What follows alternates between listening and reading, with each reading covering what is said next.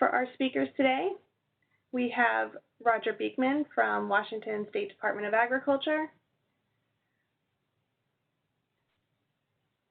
Natalie Kraut-Greenberg from the California Department of Food and Agriculture, Christina Sweet from the Vermont Agency of Agriculture, and Brandy McGrady from the U.S. Food and Drug Administration. First, I would like to introduce to you Barbara Cassens, the chairperson for the Partnership for Food Protection Governing Council. Barbara?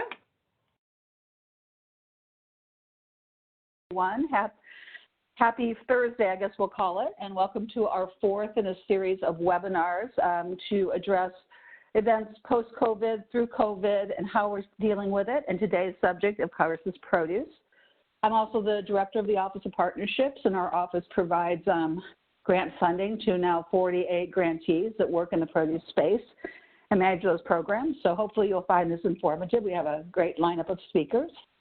And we decided to do these because, of course, COVID changed our plans for having a get-together face-to-face for Partnership for Food Protection this year. And so we're doing this in 2020 to sort of, take advantage of the things we're all learning around COVID and then sharing that knowledge with our membership. So I'm going to turn it over to my co-chair, Pat Kemley. All right. Thanks, Barbara. And, welcome everybody. Thank you very much for taking time out of your busy schedules to join us today. I think we've got a great slate of information to be shared by our presenters today. As I look across this after working, in the food safety arena for almost 30 years and look at the challenging times that COVID has really created for us, the things that we've had to modify and consider as a part of our inspectional programs and regulatory programs that we had never contemplated even just a year ago having to consider and do. It's created some challenging opportunities for us, and of course, out of challenges, it's never ceased to amaze me that our regulatory community always steps up and finds innovative ways to tackle the problems and address these issues as they come forward so that we can continue with our mission to essentially ensure that our food supply is one of the safest in the world. So I'd like to thank our speakers today and as well thank Bob Ehart from National Association for State Departments of Agriculture, who's kindly co-sponsored this webinar and helped us pull all of this together. So with that, welcome everybody, and I'm going to turn it over to Bob for some opening words.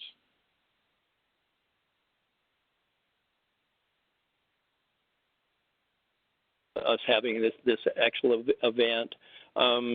My role at NASDA is that I am the PI for two cooperative agreements with FDA, one on produce safety and one on animal feed, and we'll be hearing some about that in another month or so. AFCO was going to host one of these as well. We in produce safety are a relatively new program, as it's really created by FSMA, and there's 47 states and one territory that are involved in all of this. And it's an interesting thing to me that we were just getting really started when COVID had hit. We had for the first year of the inspecting farms under our belt. So this is a kind of a early in the process kind of reassessment to see what we can focus on and why we're focusing on them. Lots of good things going on in this area. I'm looking forward to hearing our speakers talk about those things and see some of the things that we've been able to actually accomplish in this very unusual, very different kind of a process than what we've had before. Some of the things are actually going to, I think, help us improve program areas that we would never have gotten around to or wouldn't have gotten around to this soon. So overall, I think I kind of want to look at the silver lining that this occasion is actually presented to us. So I'll just pass it on. Do you want me to pass it to Roger, or are you guys going to introduce him? I forgot that detail.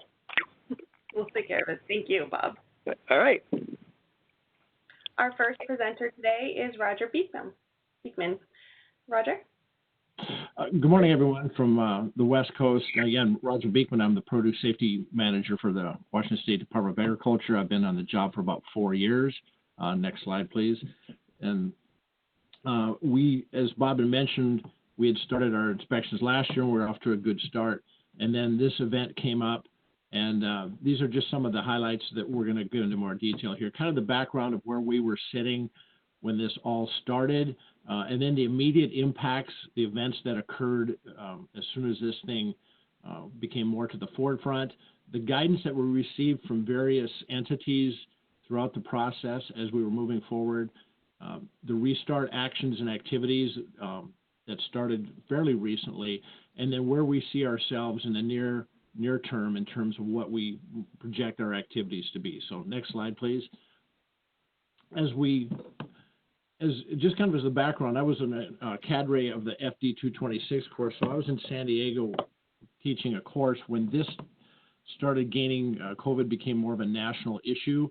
So in the state of Washington, when we describe our produce, we tell people that we're tree fruit, we're berries, and then we're everything else beyond that. We are very seasonal driven in terms of our activities and the events that we have going on throughout the year. So we were not in the fields in the March timeframe. The only entity that we can say operate on a full-time basis year-round are the packing houses. So we were in some of those, but we were also kind of getting ready for our on-farm readiness reviews, grower trainings we had planned, outreach, everything from the Washington State Farmers Markets, convention and meetings and that sort of stuff. So those were the type of things what our status was at that time. And as you can see, like other programs, inventory verification is always going to be a challenge. It's voluntary in the state of Washington, so we've tried multiple methods, mass mailings, emails, follow-ups, and that sort of stuff. So that was ongoing as well. We just sent out a mass mailing about that time frame. We were starting to get some feedback. And then to top it all off, as most entities know, getting a database online is a challenge to say the least. We were at the process where a vendor had been selected, but what was unique about this database, it required a robust user input. So our staff was very involved in putting all this stuff together. Next slide. So we were involved in getting the input into, so we had meetings with the company and that sort of stuff. The immediate impacts were PSA Grower Training Council. Again, I'm sure this is familiar to everybody else. Events and outreach activities were canceled or at least tabled for the time being. Inspections obviously were canceled based on the FDA guidance that we received, as well as on-farm readiness reviews. So the things that we were starting to build up in terms of going out and doing more face-to-face actions were immediately impacted. And that was probably our first major impact. As far as the IT world goes, the company that we selected for our vendor actually is from Austria. So coordination was a challenge at best online, but there were a couple of face-to-face meetings that took place prior to this, and then ones that were scheduled had to be delayed. And everything is online now. So given they have representatives in the U.S., but the headquarters is in Austria, so that made that part a little bit of a challenge. So the immediate impacts is everything came to a stop, and then we were everybody, like everybody else, was trying to figure out what kind of the lay of the land was. This was new to everybody, so you have to kind of do an assessment. The best thing to do is kind of sit back and kind of watch and do an assessment and then gather information and that sort of thing. Next slide, please. So as this is going on, we started receiving guidance from various entities within the state. One thing I did not put on the slide here is there were also bits of information that were coming from various national organizations and stuff too. And what happened was Labor and Industry came out with a bunch of things in terms of guidance. Department of Health, in the state of Washington, there's local control. So it's the county health departments are kind of autonomous and they can kind of do their own thing. Now, the State Department of Health provides recommendation and guidance, but the counties are not obligated by law in Washington to follow that guidance. Most of them have, and that hasn't been an issue here. One of the challenges we noticed at this time here was all the guidance and stuff that was coming out. The first few things that I saw said things like, make sure employees who are ill don't come to work, hand washing, and that sort of stuff. Well, we'd all seen this before, so in our world, that was not anything really new. And we have an advisory committee. We sent a lot of this information out. But one of the key things I want to highlight here is staying within the food safety lanes. As could be predicted, we started getting complaints from employees at various packing houses saying, packing house X has somebody who tested positive for COVID. Okay, now, COVID is a respiratory kind of issue, and that really doesn't fall in our lane, but we had to kind of treat it in such a way that it was something we were concerned about, but we probably weren't the primary source of information in terms of guidance and that sort of stuff. So again, Labor and Industry, Department of Health, everybody came out with this. We recommended that industry start talking to their local health departments, which actually was very good in terms of getting it down. And this was very early on, and we knew it was going to happen. In fact, Yakima County was one of the state hotspots. So that was always a challenge from the beginning, but we were very careful to make sure that we didn't start offering all kinds of advice and recommendations, so we would become the primary point of contact for this. That was the relationship in terms of guidance from outside entities. Within the agency itself, people started working from home more. For the most part, the inspection staff is based out of their homes, but the headquarters staff, had to be equipped to work from home, which wasn't a big deal, but it was something that had to have adjustments, who could go in the office and when and that sort of stuff. So our safety team within the Department of Agriculture had its own guidance and procedures and stuff. And then the issue of protective gear came in line. There's masks, hand sanitizer, that sort of stuff. So the takeaway from this slide here is we started getting all kinds of information. Sometimes it was overwhelming as to what the steps should be going forward would be. Next slide. What happened there was that as all this stuff started sorting itself out, and it took a little time, but that was kind of to be expected, we started looking forward in the near term. Okay, we canceled some PSA training. What do we do next? We started an online PSA. We did 2 grower training courses. We split them up over 2 weeks each.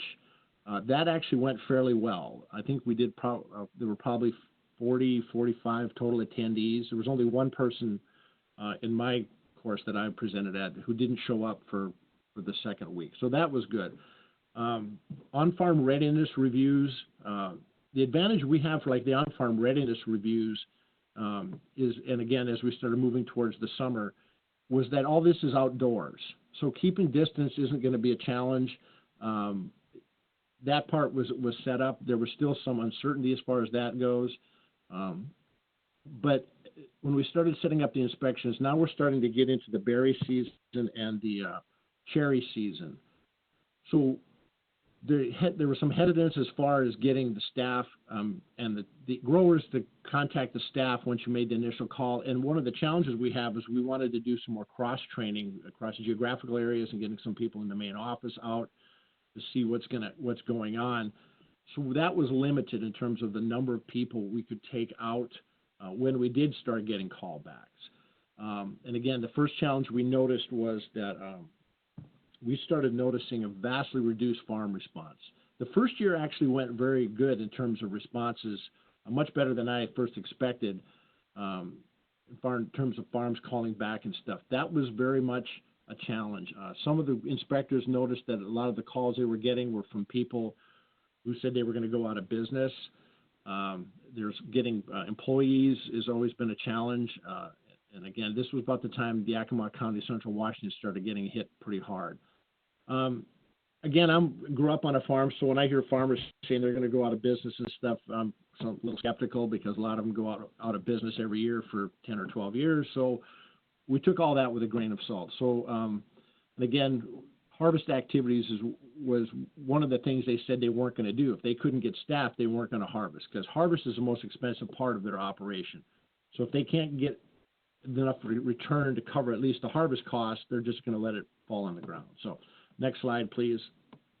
So again, as we're moving forward, we were given the green light to start inspections. We've conducted we're looking at more virtual and online event participation.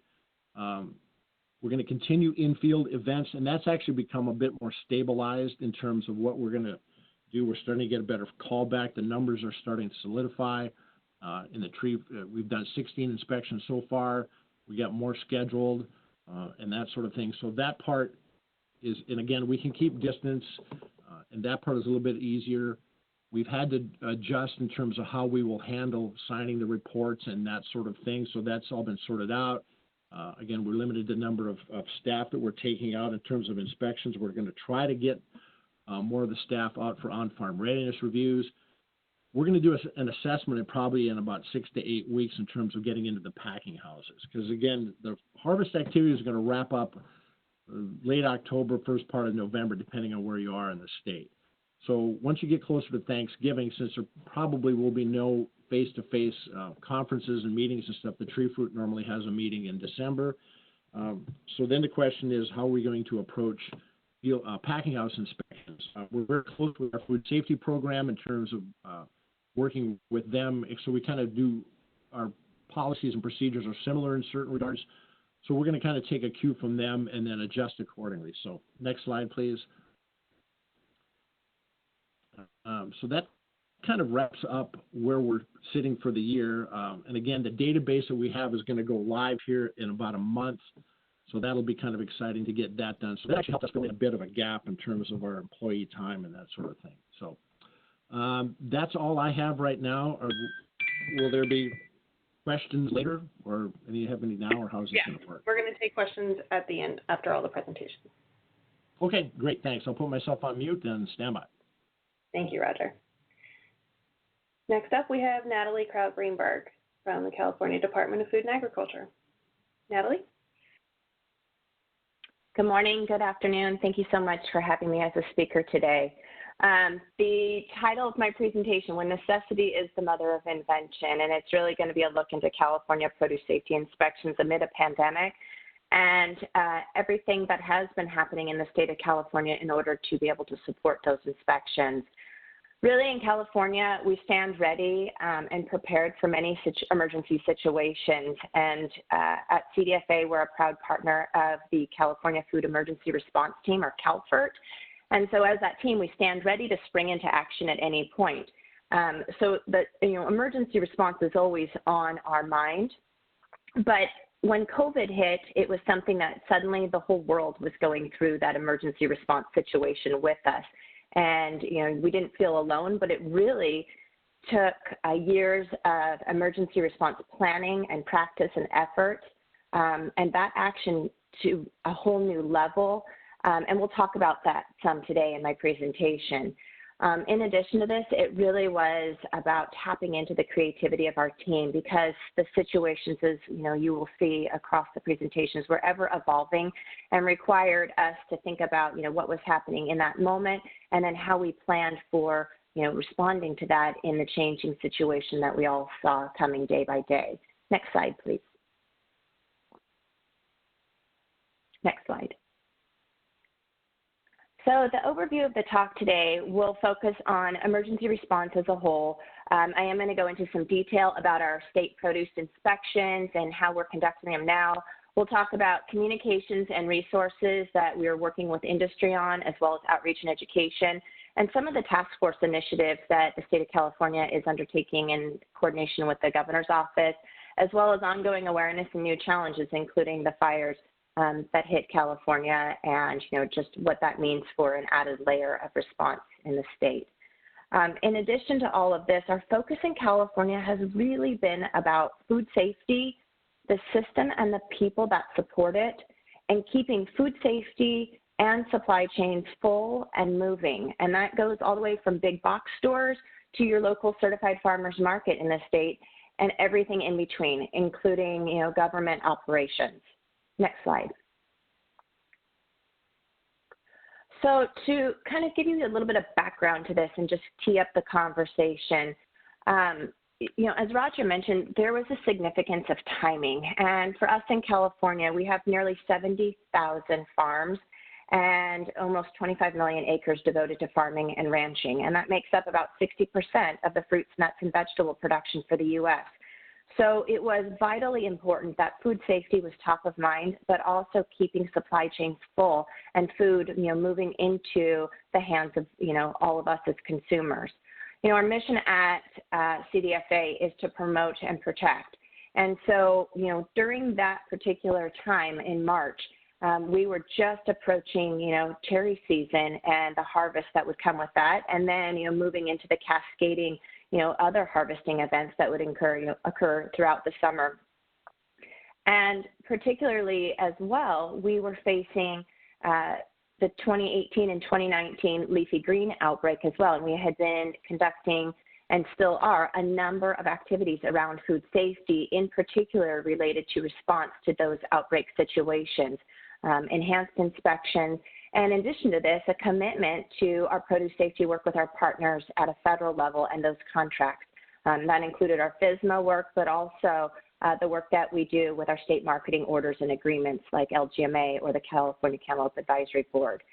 So we had to find a way in California to continue to carry out our absolute mission critical functions and that keep that operational continuity for food safety, and then really add the layer of food security on top of it. And this, all happened with the backdrop of absolutely ensuring that there was a safeguard for our own staff that had to be that support and those boots on the ground out in the field. I felt like we prioritized and reprioritized on a weekly, daily, and sometimes hourly basis for all the things that were happening at that particular time, but it allowed us to be responsive and to continue some work. Next slide, please. So let me share a few things first, and that is part of our work was back in March when this all started. We worked very closely with Cal OES, or the Governor's Office of Emergency Services, and in addition to that, our executive office and Secretary Ross and our Undersecretary Lester Moffitt, as well as our executive team and our state veterinarian.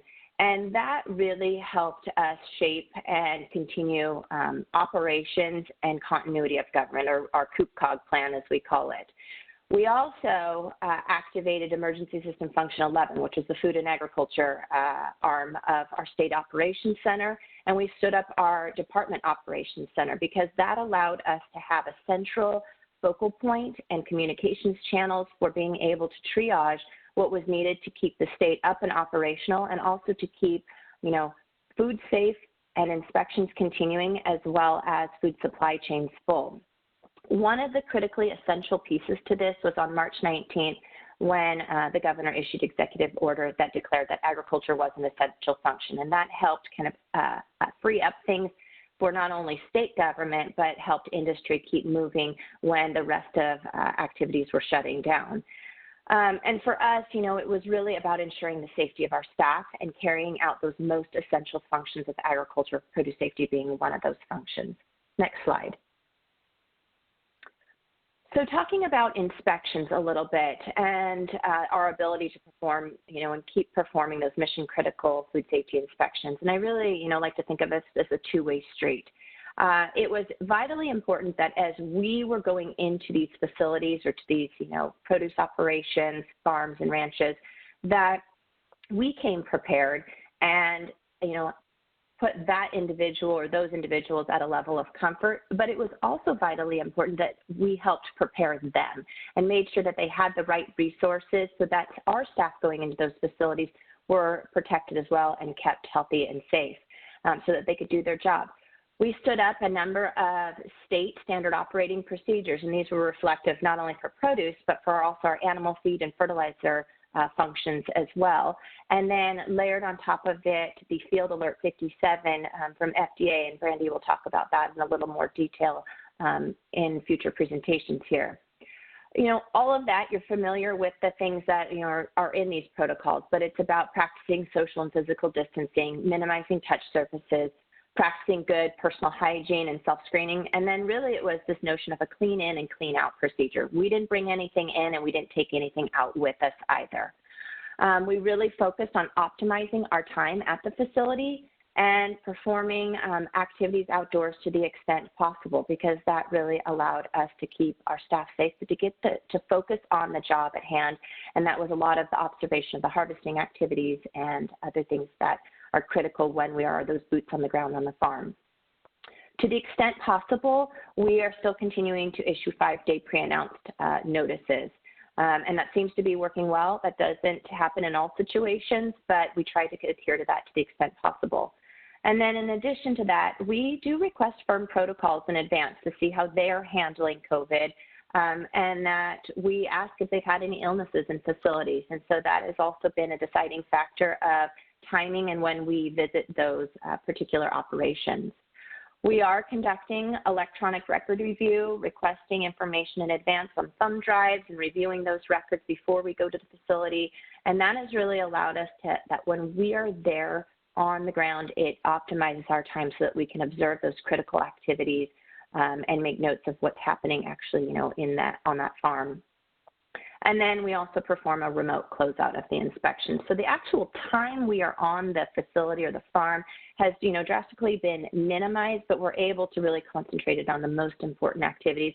And then through the records review process and the closeout of inspections, and handle that from a distance. And then in addition to this, it was really important that we continue to have dialogue with the firm so they knew what they could expect from CDFA. Next slide, please. So as part of that, and one of the things that we stood up early on when COVID hit was a CDFA resource page. And this allowed us to have clear communication to industry. We received lots of phone calls, like Roger mentioned early on, about, tell me what we need to do in this particular situation. And so it was a matter of, writing guidances and standing up, protocols that helped food and ag stay operational.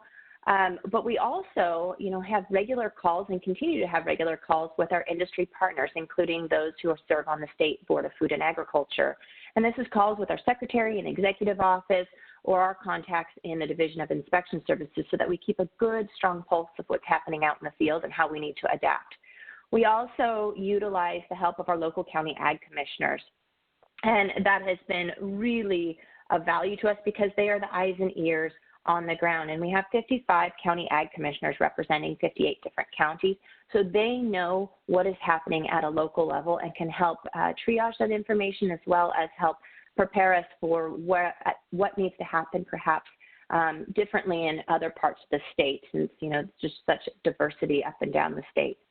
There's been tremendous coordination with our sister state agencies, and that has been, from Department of Public Health, but also Department of Social Services, as well as our partners over in education and otherwise, because a lot of the guidance, as Roger even mentioned, it has various touch points, and that we try to stay in our lane as food and agriculture. But when you start talking about, agriculture workers and labor, there's all these intersection points. And so how do we write one set of guidance documents that then can span the gamut and provide support across the entirety of the actual workforce and the job at hand? And then there is this continued ongoing coordination with the governor's office and Cal OES. Next slide, please. One of the things that we continue to hear from our industry partners is that there was this ongoing guidance fatigue. And, we can all recognize it and know any of us can go to whether it is an industry resource page or other government pages, and we all have our own COVID page providing this guidance. And so what we had heard, though, is that it needed to be distilled down into pictures, simplified, and really made more friendly for out in the field activities, because often, folks aren't sitting behind computers on a daily basis. They have their smartphone with them. So we continue to rely on, what industry has stood up for their resources, because often it's commodity specific, and that is really helpful when you start thinking about particular activities and how it needs to be handled for that particular commodity.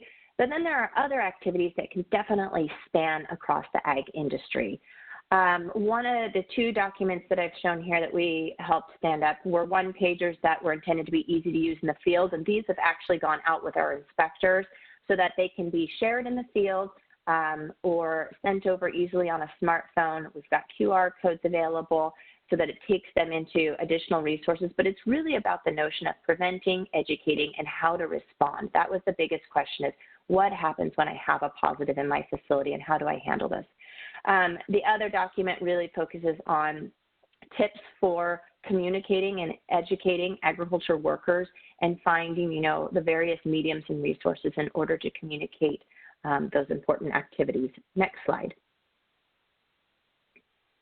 Part of the other efforts that have been underway was issuing state guidance, and part of this in the reopening efforts was this COVID-19 employer playbook, and it supported about, preparing a safe, clean environment for workers and customers, as well as how to manage outbreaks at work, preventing further spread, how to record and report cases. And then at CDFA, we spent a considerable amount of time with the governor's office and other sister state agencies writing the agriculture industry specific guidance that needed to go along with this, so that there were protocols in place so that we could keep our workforce strong in order to keep our supply chains full and be able to make sure that the food in those supply chains had a level of food safety inspection that went along with it. Next slide. Some of the other initiatives that have been stood up are those of the task force. And so those specifically, there's been a number of state partners to respond to the COVID-19 pandemic.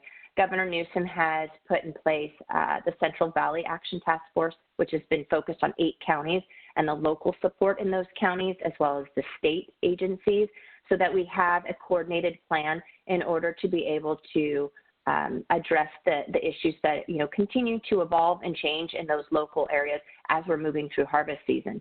One of the things that Food and Ag has been extremely instrumental in is this Housing for Harvest program. And this actually started as an effort over in the Salinas Valley on the Central Coast when they were able to secure hotels that were vacant. But when individuals, became ill, it was a place for them to isolate and quarantine, so that if there was a shared housing situation for ag workers, they were able to isolate themselves and not infect their roommates, and that we kept our workforce strong so that harvest activities could continue. This particular model has been scaled up now to 19 counties, and 50 hotels have been secured and is proving to be a beneficial model in the state of California. We also are working closely with a task force to support food banks, and that's really to keep food supplies strong for those in need. Next slide, please. Specifically with regards to the food bank work, we have in California the California Farm to Family program, and then there's also the work being done by our California Office of Farm to Fork, and then the added partnership with the USDA Farmer to Family Food Box program. And this particularly here, we know that there are individuals who are food insecure, and at one point I heard a statistic that we saw a 73% spike in demand in some of those early months. And so this is definitely something that's front of mind for us in how we continue to not only make sure that the food supplies are strong in these channels, but that we're bringing safe food to the table for all families. Next slide. You can find us on our social media channels. We continue to push out information through Twitter, Facebook, and Instagram. And really in California, I'm so proud of the work that our farmers and ranchers have continued to do and providing for all of us. Our mission at CDFA is really to promote and protect. So food safety and food security has been top of mind in everything that we do. But we couldn't do that without a strong workforce, and that's in government as well as throughout industry. So thank you so much for having me today. You can find my contact information, email address there if you want to contact me in the future, as well as our webpage for additional information. Thanks so much. Maria, I'll turn it back to you. Thank you, Natalie. Next up, we have Christina Sweet. Christina? Thank you, Maria. Hi, everyone, and thank you for having me today. My name is Christina Sweet, and I'm pleased to present on behalf of the Vermont Agency of Agriculture, Food and Markets Produce Program. The next slide. I'd like to begin, next slide. I'd like to begin with some context about our program. So this diagram that we call the Produce Safety Continuum is a visual aid that covers the suite of resources and services that we're committed to providing produce growers throughout Vermont. Each point on the continuum represents an area where a grower might engage with produce safety, either through our agency, through our partners at University of Vermont Extension, or with other growers. So it's not a linear path, but the size of the dots roughly correlates to the number of growers who might engage in an area. So for example, we want every grower to enroll in our produce portal, which is our web-based farm inventory system. But many Vermont growers we've verified so far meet the criteria for a qualified exemption under the produce safety rule. So we know that a much smaller number of covered growers will need to attain PSR compliance. And we like to use this visual to show that it remains important to us that our program serves all produce growers in Vermont, regardless of the size of their farm, and make sure that every grower has the opportunity to access resources and implement produce safety best practices on their farm. Next slide. So for the rest of this time, I'll address a few of our priority activities over the past few months and some of the changes we've made to our programming. In Vermont, most of our team has already been working remotely since, or has been working remotely since mid-March, but many of our agency's field staff had already had home-based duty stations, so the work from home learning curve wasn't as steep for some members of our team as for others. We've transitioned to using Microsoft Teams for video and audio calls, as well as for sharing information and files. And while this tool has definitely helped us to stay connected, the quick transition to a relatively new platform has meant that we've fumbled at times and are really still learning how to use and maximize the technology. On the other hand, some members of our division have shared that they actually feel more connected to some colleagues that they didn't used to see very often in the office, but now see frequently over video meetings. So in May, we held a remote delivery PSA grower training with our partners at UVM Extension. We conducted this training over 2 afternoons instead of hosting a full day training, and overall, we think it went really well. It was good to have someone monitoring the participants' video to make sure that folks remained present and engaged throughout the entire training. And we also appreciated having an extra person to monitor the chat box to make sure that all questions were being addressed, since the speaker themselves couldn't always see the chat box while viewing their slides in full screen. We've also learned a lot about hiring and onboarding staff in a virtual environment. Next slide. At the end of February, our outreach and education coordinator moved out of state, so we ended up posting a job opening just before we all transitioned to working from home. We went through 2 rounds of candidate interviews via Microsoft Teams, and after a brief delay due to a state hiring freeze, we hired our new outreach and education coordinator, Ali Coltrera, who began work in the beginning of July. So Ali recently shared some feedback on the interview, hiring, and onboarding process, which was hugely helpful for us as we're looking to hire additional employees through this process. Their feedback was generally positive, but they noted a few challenges, which I think are similar to a lot of the challenges that we've been experiencing working from home and working remotely during this time. Some of the things they found particularly helpful included a detailed orientation plan for their first few weeks, which included all of the general logistical information all in one place, as well as reference materials like the Cooperative Agreement Program introduction for new employees. They also really appreciated the training resources for Microsoft, SharePoint, OneDrive, and Teams, and I just really want to emphasize how it's been helpful for us who are a little bit more experienced with those programs to even take the time to really learn the ins and outs of them as we're finding ourselves collaborating over Teams and SharePoint much more often than we did when we were still in the office. I also scheduled daily morning check-ins with Ali via Teams for the first 2 weeks so that they had plenty of opportunities to ask questions, provide feedback.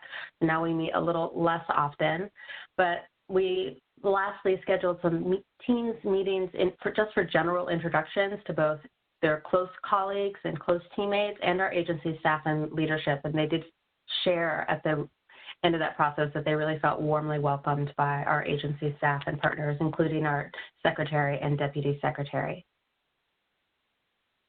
On the other hand, they've identified that getting to know colleagues through virtual meetings can be challenging as we miss out on some of the pre-meeting and after-meeting chats, and that they have recently transitioned really from lots of reading and online training to a more regular workflow with participating in projects and taking ownership of some projects and tasks.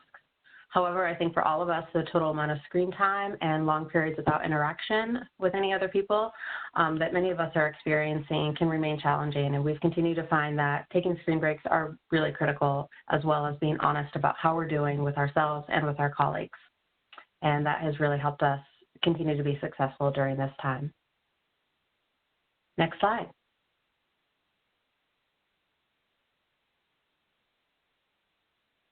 Since we use a web-based farm inventory system and do much of our farm verification work over the phone, it's been pretty easy to get a new employee up to speed on farm inventory.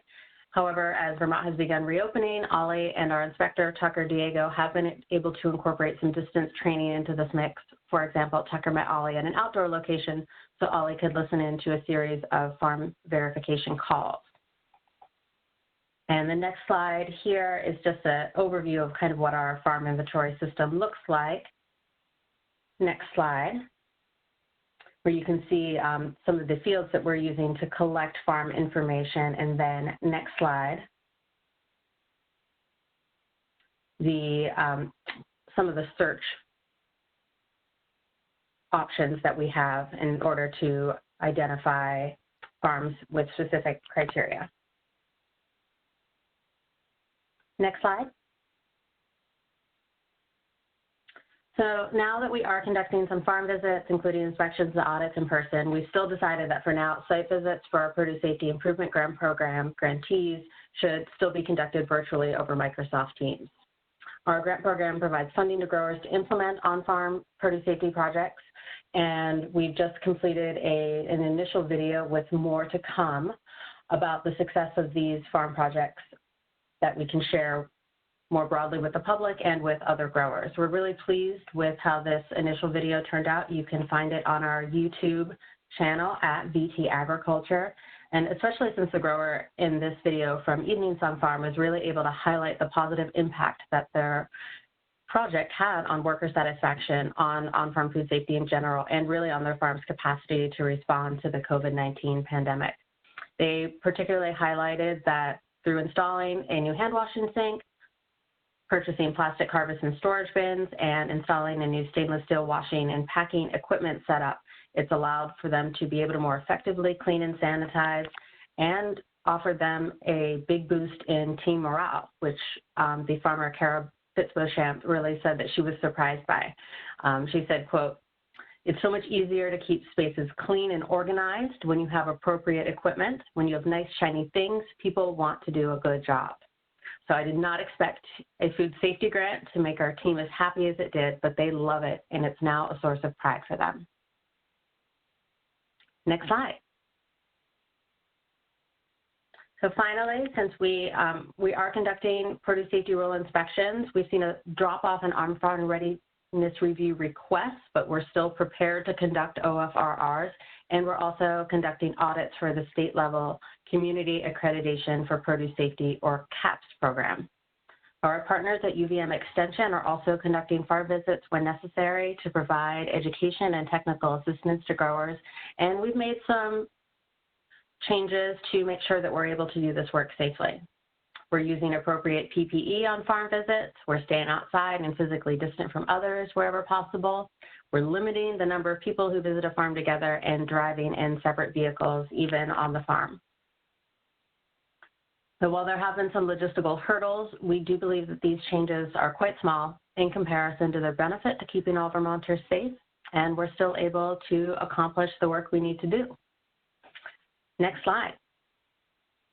So it has been quite a journey so far for all of us, and I'm sure for all of you as well, but we're happy that we're keeping our program connected and strong, and looking forward to undertaking some strategic planning and preparation for our next FDA cooperative agreement and the next 5 years of our program's development.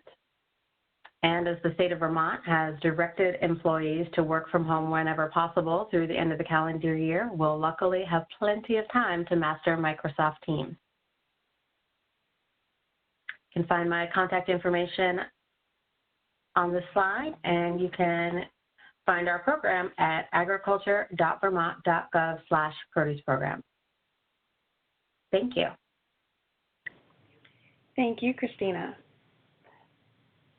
Next up, we have Brandy McGrady from the USFDA. Brandy? Good afternoon, everyone. Thank you so much for having me. It is my pleasure to represent FDA, specifically our ORA Produce Safety Network.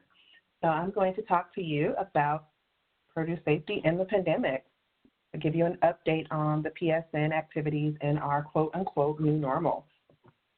So if we go to the next slide, I thought it would be prudent to give you an overview of the topics I'm going to discuss.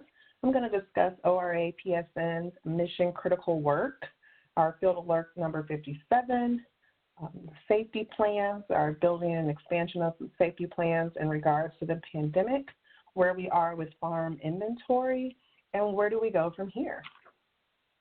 So next slide. Our ORA PSN investigators are continuing FDA mission critical work during the pandemic. This work includes on-farm outbreak investigations, sampling assignments, and most recently, routine prioritized inspections under the produce safety rules. ORA PSN investigators have been deployed to lead and assist in multiple outbreak investigations and sampling assignments in various regions of the U.S. during this pandemic. To date, those outbreaks include E. coli 0157 in leafy greens, Cyclospora in prepackaged salad mix, Salmonella Newport in onions, as well as Salmonella enteritidis in peaches. Some of these activities are ongoing. However, in each investigation has included multiple teams consisting of ORA PSN investigators, division staff, and of course our state partners. These teams have conducted investigations, gathered associated documents and related information, as well as collected samples of products, water, soil, and other environmental factors. These samples have been sent to FDA laboratories for outbreak strain identification. Although normal activities had been postponed, ORA in general, as well as the Produce Safety Network, has began to conduct routine produce safety rule inspections in specific areas utilizing the COVID-19 advisory matrix provided in FDA GeoWeb. This application tracks reported cases by county and allows management to assess each farm location as well as the residential location of each investigator based on our established safety criteria. If the criteria is met, inspections are conducted utilizing Field Alert 57 and any associated safety plans created for the locations to be inspected. Those two items we'll discuss in just a bit. But while in the field conducting this work, our investigators have had the opportunity to provide on-the-job training for 12 new investigators that have joined the PSN team this year. We all know that OJT is a critical aspect in training and provides our new folks the vital skill set needed to conduct PSN activities. This hands-on learning allows the new PSN members to work side by side in the field with established investigators and learn from them while also providing another set of hands to assist during the investigation or inspection. Next slide.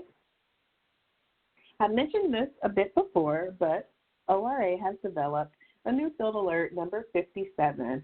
I'm going to tell you a bit about what it is and what it means for our investigators. So safety, of course, is the primary responsibility of our employees, their supervisors, and agency management. This includes recognizing hazards and potential hazards, as well as taking the necessary safeguards to minimize risk. FDA Field Alert number 57 is ORA's response to minimize the risk associated with COVID-19 while conducting domestic on-site inspections, investigations, sample collections, and state program evaluations during the pandemic. The objective of Field Alert 57 is to provide instructions and procedures for conducting mission-critical work along with prioritized domestic inspections during the suspension of normal operations related to the COVID-19 pandemic. This Field Alert, along with the Current Investigations Operation Manual, or IOM, provides ORA PSN investigators with the techniques, operating procedures, and best practices gathered from both the CDC and World Health Organization to safely conduct our work while in the field. Next slide. Next, I'll talk about our safety plans. ORA investigators are no strangers to creating and utilizing safety plans. There's standard safety plans, which we've used historically that take an in-depth look at each location and decide in advance what to do in case of an emergency. A safety plan is specific to each location, and of course, since each location is different, the needs of each safety plan is different. Some examples of inclusion from a safety plan or from our historical standard safety plans are listed here. Personal safety alerts, emergency exit routes, phone numbers for local authorities, and situational personal protective gear and equipment. In addition to the standard safety plans, ORA PSN investigators must now also develop and utilize a COVID-19 safety plan, which incorporates the guidance from Field Alert number 57. Investigators must complete background information on the state and local safety mandates in the location that they will be visiting. Any self-quarantine timeframes required, requirements for travel, including airline, rental cars, hotels, PPE at various locations, including the form, and many aspects before ever setting foot on site to conduct their work. So if you take a look on this slide, the column to the right shows you some of the things that are also included in our safety plan. While on site, investigators use the guidance from the COVID-19 safety plan to conduct their work while preventing the spread of COVID-19. Next slide. When not conducting mission-critical field work, ORA PSN investigators spend a lot of their time working on other crucial aspects of work planning, including farm inventory, building, and verification. Domestically, our members are working on building and verifying produce farm inventories. One project in progress is the Produce Farm Official Establishment Inventory Development Initiative, or OEI Development Initiative. This project is based on the FEI's OEI as a whole. Each firm on the generated list could be a farm by definition, but before we identify it as a farm, it must be reviewed and verified. That way we can separate the firms in our general establishment inventory with true farms that meet the farm definition. So in total, 2,782 background reviews have been completed, and 1,380 of those firms reviewed have suggested that they may be produce farms and are pending further review. Specifically, Puerto Rico, D.C., Washington, D.C., South Dakota, Wyoming, and Illinois are states and territories that utilize FBA for their farm inventory infrastructure. Potential farms are located, contacted via telephone or email, and then verified as a farm that either has covered or not, or to determine whether or not they are covered under the produce safety rules. In the states that I just mentioned, 324 of 503 firms generated from our official establishment inventory have been reviewed. 80 of those reviewed firms have been verified as produce farms, and 183 of those are still pending information or response from the firm. We are also actively involved in foreign inventory development along with the domestic inventory work I just went over. We have various work groups that are continuing their efforts in utilizing data sources to locate covered farms in countries that we import a majority of produce from. Prioritization of those produce farms and major import countries is key in our work planning so that we can assess inspection locations for our staff. And so on the next slide, the question is, where do we go from here? The ORA PSN has and continues to provide mission-critical outbreak response, domestic and foreign farm inventory development, and prioritize produce inspections while utilizing resources from a variety of sources, including the CDC, the World Health Organization, and of course in FDA to maintain personal safety during this pandemic. The work continues, safety continues to be our priority, and this is life in our new norm. So on this final slide, I've included my contact information. I'm very happy to answer any questions that you have, and I will turn it back over to you. Thank you. Thank you, Brandy. And thank you to all of our speakers for your presentation. We are now at the portion of our call where we will take new and follow-up questions from our callers. Please raise your hand if you would like to ask a question or type your question in the chat box. Pat and Maria, Barbara here. While we're waiting for those questions to come in, I've had a number of questions submitted earlier on, and maybe Pat, you have too, so maybe you can kick it off for a little discussion. I'm just going to open this up to the panel. It's going to be, it's kind of it's one focus, not really about the COVID challenges, but talk to us all about the inventory challenges you're seeing, because well, if you don't know who's covered by the rule and you don't know who's out there, it's hard to do inspections, it's hard to plan work. I suppose it's hard to figure out how many people you need to do the work. And then, Brandy, you got to tell me, there are really farms in Washington, D.C.? So I just opened that to the whole panel.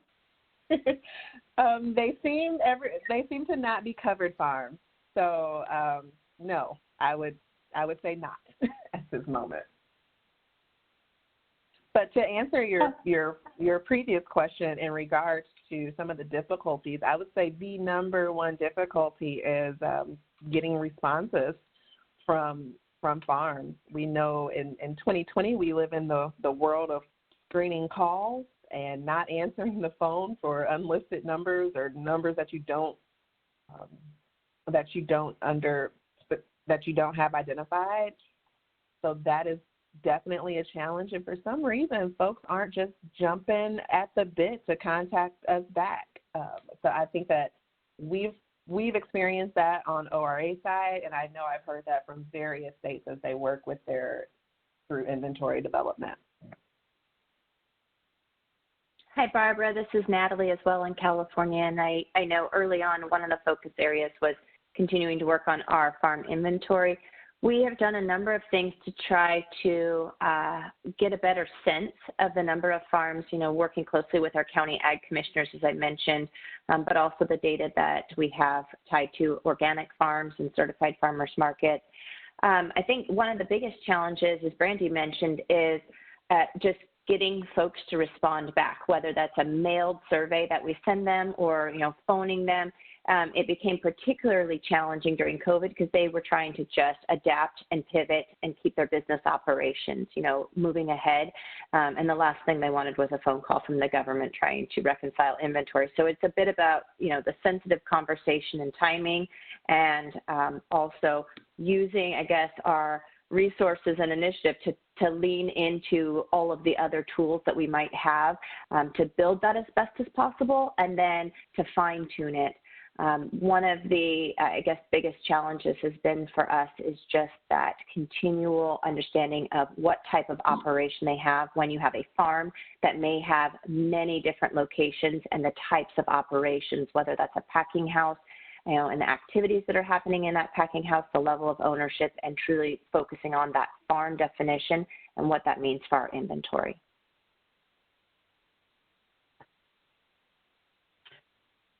This is Christina in Vermont, and I'll just echo that this has been somewhat challenging of a time for farm inventory development. However, we have been able to resume making calls to farms, and we have a kind of a running list that we've put together over the past couple of years of farms who haven't proactively reached out to us yet. I think one of our big challenges with farm inventory is that we continue to find that a much smaller percentage of farms are actually covered by the rule versus qualified exempt than the NASS data would suggest. So we're really feeling that, for every farm that we might get a hold of and we might get that farmer to verify their information, they're much more likely to be not covered or qualified exempt than to be covered. So we remain having a relatively small number of identified covered farms at this time. I think we've done a lot of really excellent work in farm inventory over the past few years, and we've really eliminated a lot of the low-hanging fruit. They're on our list, and now is, I think, a challenging time for us and for all the states in terms of getting a hold of those farms that are not as willing to engage and, don't have websites and don't have Facebook pages. Although I will mention one item that was interesting to me. We worked on some specific guidance for pick your own operations that we were asked by the governor's office and our Agency of Commerce and Community Development to publicize. We also published specific guidance on reopening of farmers markets. And we did get one new farm into our farm inventory as a result of them asking a question about the pick your own guidance. So we got a hold of them that way. Excellent, thank you. Did have another question that came in, Barbara. This is Pat. Natalie had shown some of the wonderful work they did in developing some resource materials and resource pages. And Bob, I might even ask you to chime in because I know you coordinate between a lot of the departments. Is there a mechanism where other programs can get access to some of these kind of best practice type documents that have been created so that they can develop or share similar documents within their jurisdictional areas? Yeah, we can sure do that. Natalie, you and I can talk offline as to which things to include, and we can follow up on that for sure. Certainly. And then I would just point the group for ease of access. If you go to CDFA's web, homepage, there is a COVID tab there. You click on that. All of the guidance that I talked about is linked in that particular page. We've aggregated it there, and we try to categorize it by the question that's being asked. Christina talked about farmers markets or you-pick operations, or, what do I do if I have a positive test in my facility? We've tried to organize it in such a manner. And then we also link to a lot of other resources that are out there that we've sifted through and find that either they're easy to understand or that they are best practices that many individuals are using to create some commonality. So I'll make sure, Bob, that we get in touch and we push that out to the group. Yeah. Pat, just interestingly, there's been it started out being a weekly call and now is a monthly call of where there's been discussions about exactly these kinds of things between the NASDA members as they were looking at not reinventing wheels and recognizing that some states were a lot further ahead than others. And so there's been kind of an effort in that in general, but it hasn't been organized specifically around produce, and we can help do that. Yeah, I think that'd be excellent to be a great resource for other programs. And I'm sure there's other materials out there that programs have developed in other states and other areas, and being able to share those as well would probably be beneficial for everybody.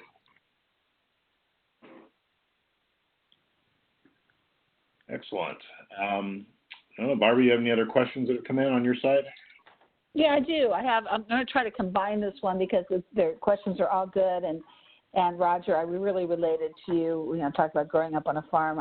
I grew up on a farm myself, and so it's sort of in the DNA. It's near and dear to my heart. Going into this whole COVID experience, you were hiring new staff. You were trying to form relationships with not just staff internally, but then with farmers.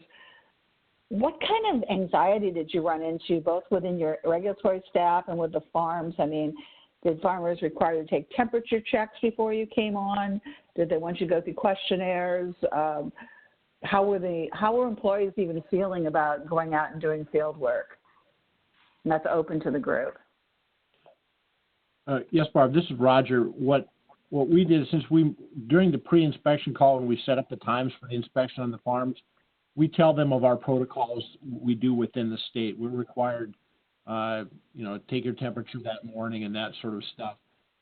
We're kind of careful in terms of asking them in terms of, do you have any sick employees and that sort of stuff. There's a line that we don't want to cross in that regard. But for the most part, that's kind of how we approach it during the pre-inspection call. And then we ask if there's any, the day of, if there's sick employees or something happens, to give us a call. Like the night before if they know, or something like that. So we try to be as proactive up front as far as dealing with that sort of thing. And we let them know that we have procedures that we're addressing as well. But it is, there's kind of a difference in the state of Washington. You get to Eastern Washington, it's much more rural, and they're less, I wouldn't say less worried about it, but I guess there's fewer masks being worn by them. We wear masks all the time.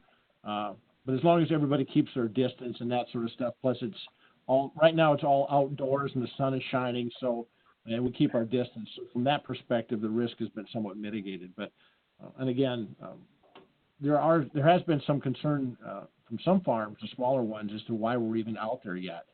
We explained to them it's all based on our state guidance, and these are the procedures that were taking place and that sort of stuff. So, but we have been hesitant in terms of bringing people out in terms of cross training, because we'd like to get more cross training, get more people out in terms, especially the office staff, so they get a better feel for that sort of thing.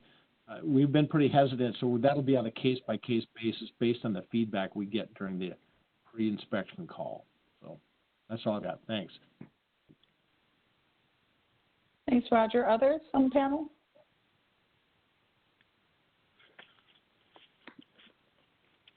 I would just comment on it as well from the standpoint of kind of a general thing. When we first started opening up as a result of the work order being raised, I think that was probably a most general observation by farmers.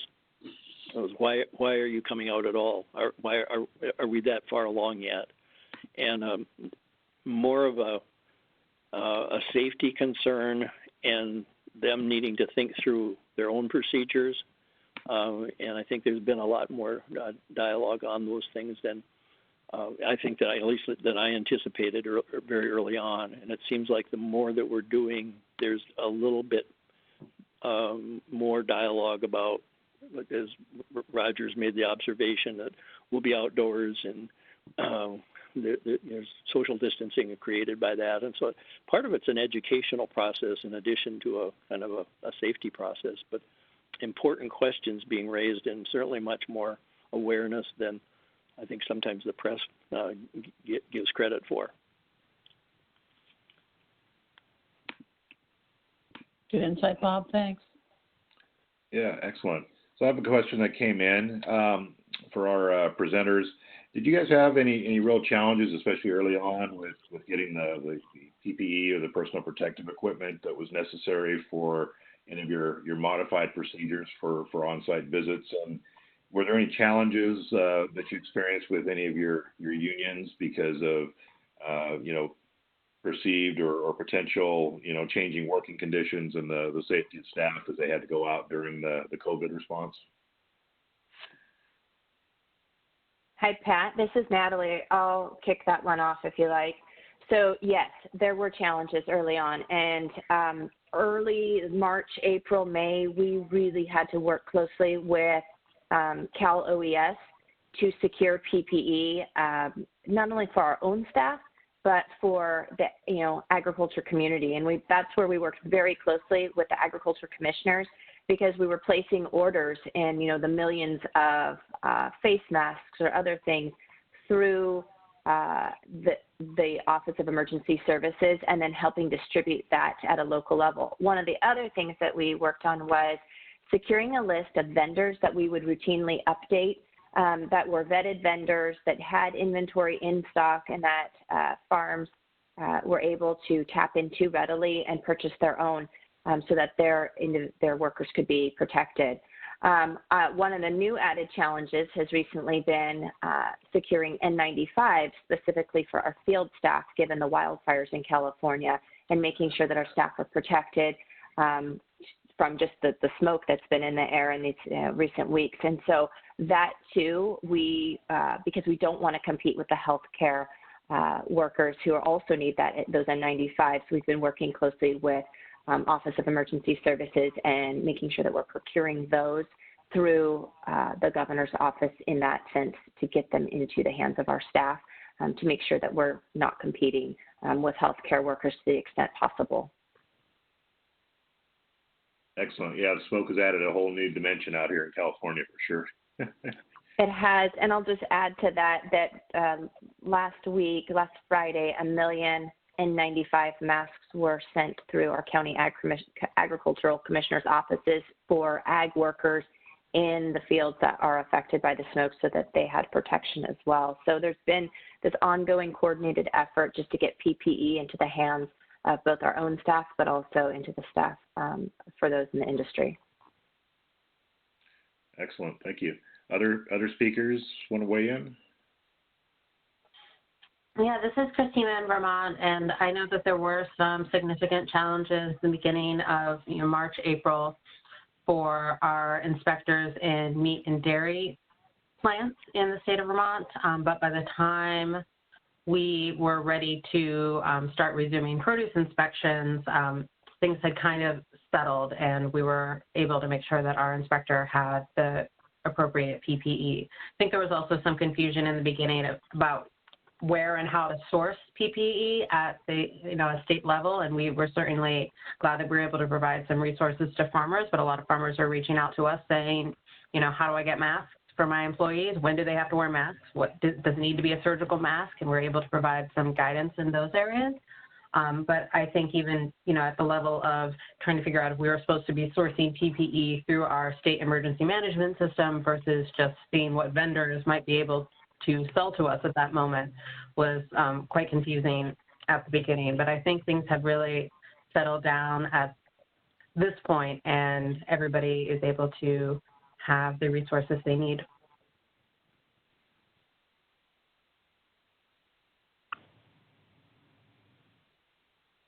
Excellent.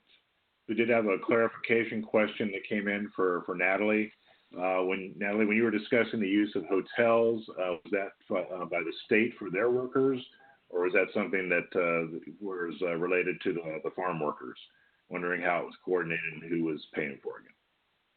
Sure. So I can go into a little more detail. So the Housing for Harvest program was actually hotels that were secured by the state for ag workers in the industry. And that was coordinated through the efforts of our Department of General Services and the Department of Food and Agriculture. And those 50 hotels that are secured on contract are actually paid for up front, but then reimbursed by FEMA up to 75% of the cost. And then there is also the wraparound services that go into that, and those are things like the meals that go to the individuals, the daily, often multi-time a day check-ins, whether that's a nurse or doctors, and just the support that goes into making sure that individuals are comfortable in that hotel situation, both on the securing of the actual facility, through DGS, but then the cost support that goes into the local county services to ensure that the transportation, the meals, and the wellness checks are also included in that. And so that is reimbursed by FEMA up to 75% of that cost share.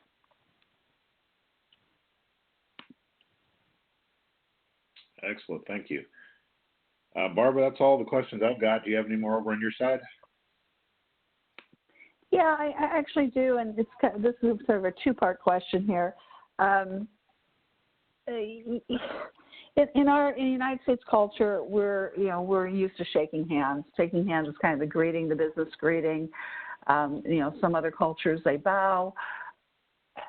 I just thinking forward, I'd love to hear from the panel, how do we greet each other going forward? Is it going to be virtual high fives? I mean, what's kind of the way you connect?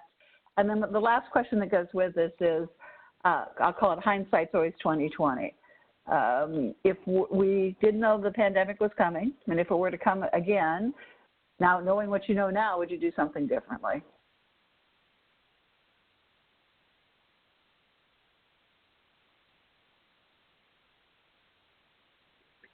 So Barbara, this is Natalie. I'll take a first stab at that. Yeah, the greeting part is the hardest one because me personally, I'm a hugger. And so that's been really hard to have to set those boundaries of, okay, no hugs, no handshakes. So for right now, the virtual high fives or virtual hugs or kind of air hugs, as I call them, are working. But I don't know what that's going to look like for our culture going forward. But I think it's a really important piece because as individuals, that is how we connect.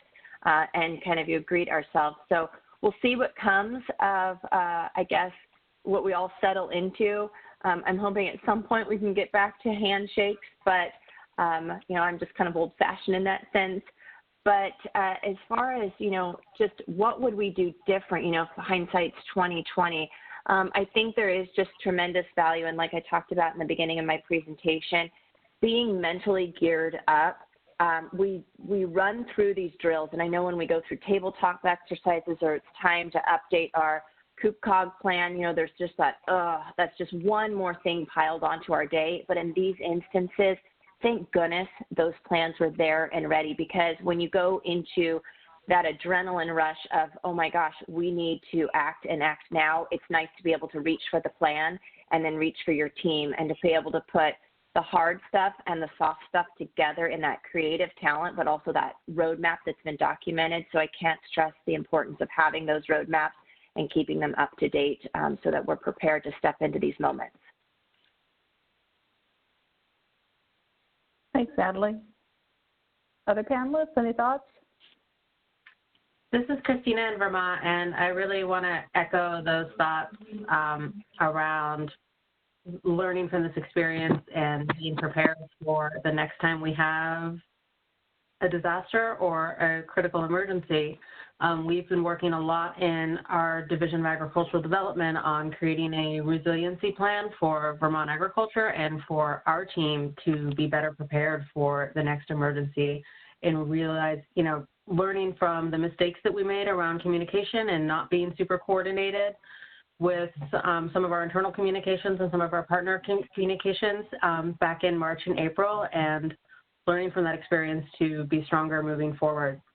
One of the things that has also been really remarkable during this time is hearing from farms that implementing produce safety on their farm has really set them up for success in the COVID-19 pandemic, and that everything that they've implemented in terms of hand washing stations, just in terms of efficiency and being able to keep things that are able to be cleaned and sanitized has helped them to be able to institute social distancing between employees and make sure that employees are able to keep things clean and keep things separate, and just really help them generally be better prepared to be operating and in the middle of a pandemic. So that's been really great to hear.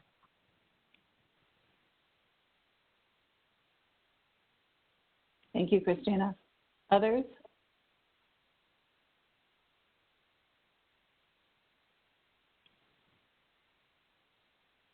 Barbara, this is Natalie again. The only thing I would just add to that is I think one of the big lessons we've learned is, having added insight into our food supply chain, and then specifically the opportunities that exist around our food bank programs and making sure that those pipelines are strong. Because even when we're not in situations of emergency, we still know that 1 in 7 individuals is food insecure, or 1 in 5 children are food insecure. And so those pipelines and the strength that we are creating now around those systems will have lasting effects into the future, which are tremendously beneficial. Yep.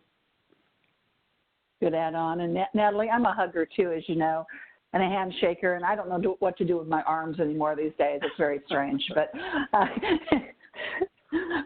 I think our panel did a great job today, Pat and Bob. I'm going to turn it over to you guys. Maybe you want to close it out?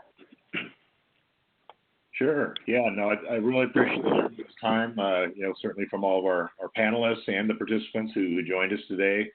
A lot of great information shared. We hope to have these recordings and copies with PowerPoints up on the PLP website within the next week or so that hopefully any of your peers that didn't get the opportunity to participate today will still be able to access the materials and the recording and be able to benefit from it. But appreciate everybody's time and effort. And Bob, I'm going to turn it over to you to close things up. Yeah, I think it was fantastic. It's really good information and really good dialogue, and something we should probably, in some ways, continue, or at least as we got questions, and we share them with one another and try to continue the sharing of these ideas that people actually have. So I appreciate it. I'll just say that one of my other problems that I have is I'm a finger licker in order to turn pages, and I still haven't figured out how to read the paper yet because of the fact that if I've got a mask on, I can't seem to figure out how to do it. So there are consequences and changes that are needed, but we're learning a lot. We're learning a lot. So I appreciate everybody's efforts, and we look forward to having things available. We do know, we already heard from some folks saying I can't be available at noon today, so will I be able to listen to it? I'm glad we can. Thanks, everybody. All right. Thank you, everyone. Thanks for joining in, and hope you have a great weekend. Yep, same here. Thank you. Thank you. That concludes today's call. Panelists, please stand by. All the attendees, you may disconnect now.